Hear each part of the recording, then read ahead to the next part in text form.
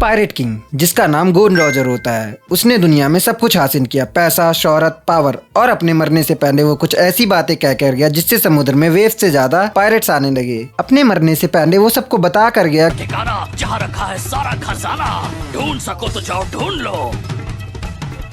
और gold Roger की ये बात सुनने के बाद बहुत सारे लोग पायरेट बनने की राह पर निकल चुके और यहीं से स्टार्ट होता है एक पायरेट एरा। तो इतना सब सुनने के बाद आपको ये तो पता चल ही गया होगा कि आज हम क्या शुरू करने वाले हैं। आज हम शुरू करने जा रहे हैं वन पीस की कंप्लीट सीरीज। तो बिना टाइम वेस्ट किए आज से हम शुरू करते हैं वन पीस की जर्नी। तो स्टार्टिंग होती है एक समुद्र से, जहाँ समुद्र में एक बड़ा वर्लपूल बना हुआ होता है और कुछ नेवी ऑफिसर उस वर्लपूल को देख रहे होते हैं। तभी वो देखते हैं कि समुद्र के अंदर एक ड्रम पड़ा हुआ है और वो उसे ऊपर निकालने की कोशिश करते हैं और वो सब ड्रम को तोड़ने ही वाले होते हैं। तभी उन नेवी ऑफिसर्स में से एक ऑफिसर की नजर सामने एक और शिप पर जाती है जो एक पायरेट की शिप होती है और उस पायरेट शिप की कैप्टन एनविडा होती है और उसी शिप पर एक छोटा बच्चा जिसका नाम कोबी होता है, जिसे एनविडा ने किडनैप कर रखा होता है अपनी शिप का सारा काम करवाने के लिए। इसके बाद वो पायरेट्स नेवी शिप के ऊपर अटैक कर देते हैं और उनकी शिप को लूटना शुरू कर देते हैं। और फिर हम देखते हैं कोबी उसी ड्रम के पास होता है जिसको कुछ देर पहले नेवी ऑफिसर्स ने समुद्र में से निकाला होता है और कोबी उसे लेकर अपनी शिप पर जा ही रहा होता है। तभी उसके सीनियर्स आके उसे रोक लेते हैं और उस ड्रम को तोड़ने की कोशिश करते हैं। वो पायरेट्स उस ड्रम को तोड़ने ही वाले होते हैं। तभी उस ड्रम को तोड़कर एक छोटा बच्चा बाहर आता है जिसका नाम मंकी डी लूफी होता है और लूफी को देखकर वो पायरेट्स लूफी पर अटैक कर देते हैं, पर लूफी को कुछ नहीं होता, जिसे देखकर वो सब वहाँ से डर के भाग जाते हैं। उन पायरेट्स के वहाँ से जाने के बाद लूफी खाना खोजने लगता है और शिप के उस हिस्से में जाता है जहाँ सारा खाना होता है और वहीं पर कोबी लूफी को अपनी सारी स्टोरी बताता है कि कैसे वो एक दिन जब फिशिंग करने के लिए निकला तो वो एक ऐसे अनजान सी बोट पर उतर गया। उसे नहीं पता होता है कि वो बोट एक पायरेट की है और तभी वहाँ पर पायरेट्स आते हैं और वो कोबी को अपने साथ लेके चले जाते हैं और तभी से कोबी उन पायरेट्स के साथ है और उनका सारा काम करता है। और फिर कोबी लूफी से पूछता है कि आखिर तुम क्या करना चाहते हो और फिर लूफी उसे बताता है कि मैं पायरेट किंग बनने के रास्ते पर निकला हूँ और मुझे अपनी एक क्रू बनानी है जिसमें कम से कम 10 मेंबर्स हो।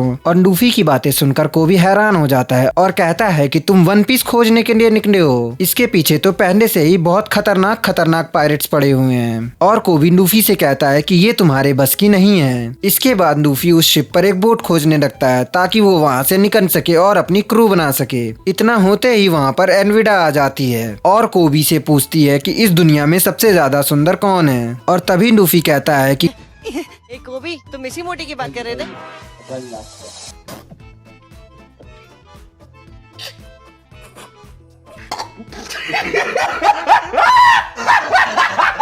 जिसे सुनकर एनविडा को बहुत ज्यादा गुस्सा आ जाता है और वो उन दोनों पर अटैक कर देती है, पर वो वहाँ से निकल जाते हैं। और यहीं पर हम लूफी का पहला मूव देखते हैं जिसका नाम गम गम रॉकेट होता है। और शिप के ऊपर आने के बाद लूफी की वहाँ फाइट हो जाती है और लूफी सबको पीट ही रहा होता है। तभी वहाँ पर कैप्टन एनविडा भी आ जाती है और लूफी को कहती है तो तुमने डेविन फ्रूट खा रखा है। और लूफी उसका जवाब देता है और कहता है कि सारे डेविन फ्रूट तो नहीं खाए पर एक खाया है जिसका नाम गम गम फ्रूट होता है। और इसके बाद कोबी एनविडा से कहता है कि दुनिया में सबसे ज्यादा बदसूरत औरत तुम हो। ये सुनकर कैप्टन एनविडा को कोबी पर बहुत गुस्सा आता है और वो उस पर अटैक कर देती है, पर लूफी उसे बचा लेता है और एक सिंगल पंच में एनविडा को ढेर कर देता है। फिर लूफी दोबारा उस शिप पर एक बोट खोजने लगता है क्योंकि वहाँ पर मरीन्स आ जाते हैं। और फिर लूफी कोबी से कहता है कि तुम्हें इससे अच्छा मौका नहीं मिलेगा मरीन्स ज्वाइन करने के लिए, पर कोबी लूफी से कहता है कि अगर अभी वो उस शिप पर गया तो वो लोग उसे पायरेट समझकर पकड़ लेंगे, जिससे वो कभी भी एक नेवी ऑफिसर नहीं बन पाएगा। फिर वो दोनों वहाँ से बोट लेके भाग रहे होते हैं और वहां से निकलने के बाद कोबी लूफी को बताता है कि अगर उसे पायरेट किंग बनना है तो उसे ग्रैंड लाइन पर जाना होगा,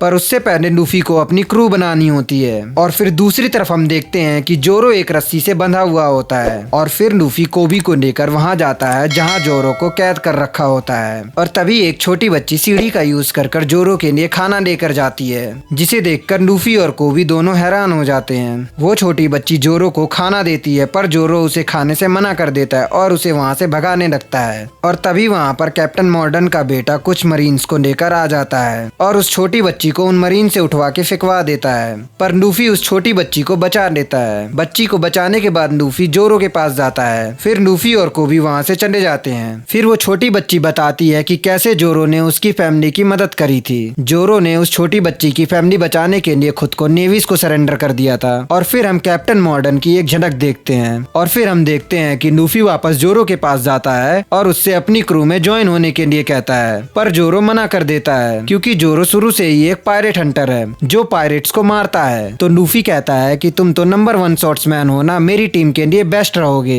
तो फिर जोरो उसे बताता है कि वो नंबर 1 शॉट्समैन था क्योंकि कैप्टन मॉर्डन के बेटे ने उसकी शॉट्स को मरीन बेस में कहीं रख दिया है। और लूफी जोरो को ऑफर देता है कि वो उसकी तलवार उसके लिए वापस लेके आएगा और उसकी तलवार खोजने निकल जाता है मरीन बेस के अंदर। वहीं दूसरी तरफ हम देखते हैं कि कैप्टन मॉर्डन मरीन बेस की छत पर अपना स्टैचू लगवा रहा होता है। तभी लूफी मरीन बेस के पास आ जाता है और कहता है कि ये इतनी ज्यादा आवाज कहाँ से आ रही है और ऊपर की तरफ जाने लगता है। बट उसके जाने का तरीका थोड़ा कैजुअल होता है जिससे कैप्टन मॉर्डन का स्टैचू टूट जाता है और कैप्टन मॉर्डन बहुत ज्यादा गुस्सा हो जाता है। बट लूफी उसे इग्नोर करता है और कैप्टन मॉर्डन के बेटे को लेकर वहाँ से भाग जाता है और उससे पूछता है कि उसने जोरो की तलवार कहाँ रखी है। तब मॉर्डन का बेटा उसे बताता है कि उसने सारी तलवारें अपने रूम में रख रखी है। वहीं दूसरी तरफ कोबी जोरो को आजाद करने की कोशिश कर रहा होता है, पर तभी वहाँ पर कैप्टन मॉर्डन आ जाता है और लूफी देखता है कि वहाँ तो 3 तलवार होती है, पर उसे पता नहीं होता इसमें से जोरो की कौन सी है। तो वो तीनों तलवारें लेकर उनकी मदद करने के लिए पहुंच जाता है। फिर लूफी उन तीनों शॉट्स को लेकर जोरो और कोबी के बीच में आके उन्हें गोलियों से बचा देता है, जिसे देखकर जोरो लूफी से कहता है कि आखिर तुम हो कौन। फिर लूफी बताता है कि मेरा नाम मंकी डी लूफी है और मैं पायरेट किंग बनने के रास्ते पर निकला हूँ और तुम मेरे पहले क्रूमेट बनोगे। इसके बाद कैप्टन मॉर्डन लूफी की फाइटिंग एबिलिटी को देखते हुए कहते हैं कि इसने पक्का वो डेविन फ्रूट्स खाए हैं। वहीं दूसरी तरफ लूफी जोरो की रस्सी काटने की कोशिश कर रहा होता है पर रस्सी काट नहीं पाता। तभी जोरो कहता है कि तुम रस्सी काटने को रहने दो और मुझे मेरी तलवार दे दो बस। तलवार मिलते ही जोरो उन सबमरीन्स को रोक देता है जो उस पर अटैक कर रहे होते हैं और जोरो लूफी की क्रू ज्वाइन करने के लिए तैयार हो जाता है। पर वो लूफी को अपना ड्रीम बताता है कि उसे दुनिया का सबसे बेस्ट शॉट्समैन बनना है और लूफी हंसते हुए कहता है कि ये तो बहुत अच्छी बात है। और फिर जोरो और लूफी मिलकर कैप्टन मॉर्डन को हरा देते हैं और कैप्टन मॉर्डन के हारने के बाद सारे नेवी ऑफिसर्स खुश हो जाते हैं क्योंकि कोई भी कैप्टन मॉर्डन को पसंद नहीं करता था। मॉर्डन को हराने के बाद हम देखते हैं कि लूफी और जोरो जो है एक कैफ में होते हैं। इसके बाद जोरो लूफी से कहता है कि तुम पायरेट किंग बनना चाहते हो तो तुम्हारे पास तो एक बहुत बड़ी क्रू होगी। बट लूफी उसे बताता है कि अभी उसकी क्रू में सिर्फ वो है। फिर जोरो लूफी से पूछता है कि तुम्हारे पास शिप तो होगी कम से कम। तो लूफी कहता है हाँ है ना, वो बाहर खड़ी है। और जोरो उस शिप को देखने के बाद कहता है वाह